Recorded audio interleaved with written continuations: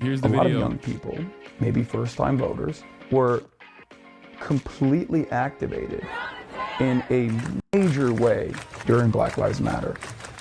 They were out in the streets, they were protesting. No justice, no peace. They did the activism, they did the voting, they voted for Joe Biden won, and then what happened? Nothing.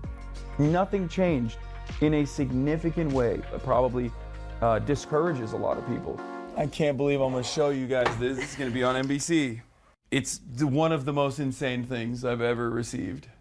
They're eating the pets of the people. Hasan Piker is not your typical political commentator. Hasan is the biggest political commentator on Twitch. If the goal for tonight was to simply demonstrate, for the Harris campaign, was to simply demonstrate competency and remind people how narcissistic and incompetent Trump is, she put up LeBron numbers. Part of the Hasan Piker allure is, number one, he's very attractive. Yeah, I am being patronizing. I don't know who the you are. HasanAbi, he kind of pioneered the space for the style of political coverage he does. Hasan's channel, HasanAbi, was the third most streamed channel globally on Twitch as of August 2024, drawing in over 114 million views and 2.7 million subscribers. So we went to spend a few days with Hasan, seeing what his life is really like before, during, and after the streams. Hasan, great to meet you. Nice to meet you. Thanks for having us out here. Yeah. I usually wake up around 6 a.m., immediately tap in, figure out what's going on in the world, listen to my podcast. But once I get in here, it clears up a little bit. I use this as an opportunity to just touch grass. And then I just start streaming at 11 a.m. Pacific, usually almost every single day, 7 days a week, for 7-8 hours of that day, every single day. Millions of people watch streamers watching the news on Twitch instead of traditional TV, and about 3/4 of users are under the age of 35. He makes it more like simplistic to where like the everyday person or someone like that's younger can understand. What's going on? This is the spot. The house is entirely covered in fan art. My background on my stream room is also all stuff that people have sent in the P.O. box. I think it's very busy. And people are very annoyed with it. It looks, from afar, it looks like I'm a Funko Pop collector, which I hate. There's not a lot of stuff back here that makes me laugh, but there's a lot of stuff that's like very sentimental. Twitch's audience is largely young men, a demographic that nationally is trending more conservative. What's going on? As streamers like Aiden Ross, who interviewed Donald Trump in August on Kick, appeal to this group. And do you know what the hits are yet? Do you know? Hasan is a prominent voice on the left, and even streamed from this year's Democratic National Convention. The way that people depict the left online in these spaces was cartoonish, hysterical, woke scold, like social justice warriors. And I felt like there was no one really representing just like a normal dude who just doesn't want to be an asshole to like random marginalized people, you know what I mean? Okay. How would you describe this election year so far? I think the Kamala Harris swap out was huge. It really, really reinvigorated people's attention and interest in politics. Like the Democratic Party responded to public pressure, which is something that they normally don't do. It made people get interested in politics again. Go play. I really like Waltz. I think he's a unique, old school type of politician that you only see in like movies and stuff that like actually cares about people. I hope that the Harris-Waltz ticket continues being responsive to public pressure on key issues and does not do the classic Democratic Party move and shy away from being called a radical. By the way, this was, of course, right after the Tim Walz swap out. And I don't know if they kept all of it, but I am like talking about the future. I'm telling you exactly what I think.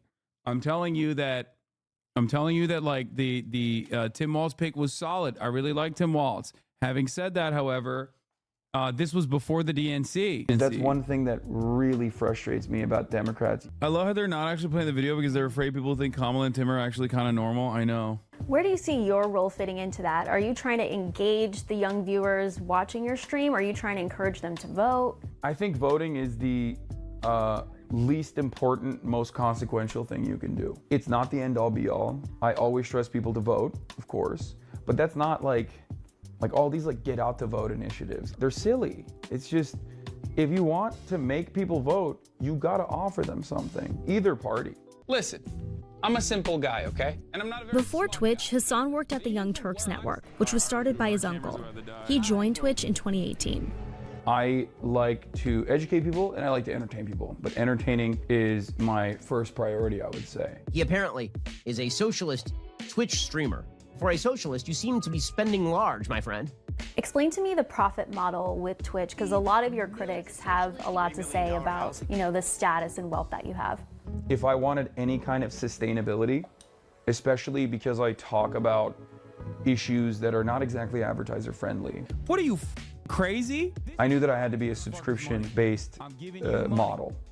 The revenue structure on Twitch is they take a 25% cut of all the subscriptions. You know, those numbers go up, they go down. They've been fairly consistently at 50,000. By our calculations, that's at least $200,000 a month and over $2 million a year.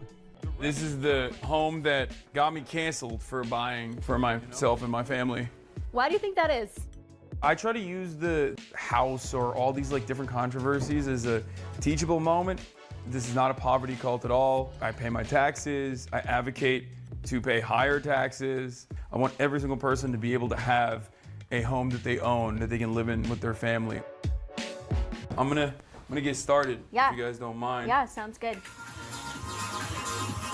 I'm Hasan Piker. This is the HasanAbi broadcast coming to you live from sunny California, Los Angeles. There is a literal camera crew in here in this room right now with me. I love Ilhan Omar, as you guys know. She's my uncompromising queen. You're right on the money, Megaphonics, especially amongst the Republicans who wanted to use it as a weapon. At the top of the hour, there's a 3-minute break. Felix is going to be here soon, I think. He just texted me. Before the Trump interview, I was like, bro, Aiden, like, I don't think you understand. You think like Twitter is bad? Like, you think cancel culture is bad? Like, mainstream media is going to be up your ass. That'll be all for today, folks. All right. We're out.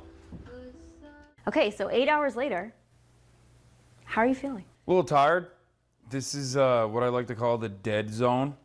Like immediately after I'm done streaming, I just kind of feel lifeless almost. It's like trying to communicate with an arena full of people. You know, 40,000 people at once, they're trying to get my attention. And I'm trying to like, you know, read as much of that as possible. And I think it just breaks my brain a little bit. You said the media does a terrible job at showcasing the truth. Can you tell me more about that? I would not be able to operate without mainstream media. The if it bleeds, it leads mentality that a lot of like local news and a lot of, you know, mainstream media has.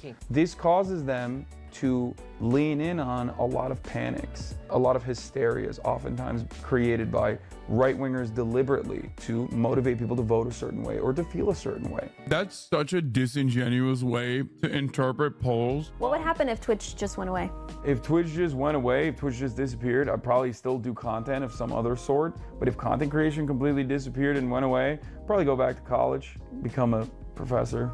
I'd probably pivot to mainstream media finally. I would never do it otherwise though, because I love my editorial control and independence. Just first word or first few words that come to mind. JD Vance. I immediately want to say couch. Trump. Lost his aura. Elon Musk. Oh, gross. Deadbeat dad, thin-skinned billionaire, but also one of the greatest socialist advocates of our time, showing the world that meritocracy is a complete falsehood. Yeah, I talked about this after the interview, but like, she could not believe it. After the 8 hours, she was like, I'm tired just by watching you. Like, I don't understand how you do this every day. $2 million a year. Like, right now, like, where, oh, right here. I mean, you can see. A little tired? I've actually never seen myself right after a stream. This was right after a stream. I've actually never seen myself right after a stream. Like, God damn, dude, I'm dead. I'm freaking dead, dog. You look cooked. I am. Kind of proves you love this. If you didn't, this shot would have killed you by now. Oh, 100%. Why they put Miskiv on as a critic? I don't know. Still funny, though. She stayed the whole time. She stayed pretty much the entire time. They left for like a couple hours in between, but came back. What is this? Do you have any problems with these pieces making you look like a liberal who has no issues with Kamala Harris? No, I don't. I love it, actually. My CNN and MSNBC lib mom was texting me last night asking me who you and Hinkle were. I felt so cooked. Good. I want the MSNBC and I want the MSNBC and CNN wine moms to, like, you know, be excited and wonder who I am. You know what I mean? Never watched this Hasan guy's content before, but this was really funny. I'll have to check out his YouTube channel or something. Good.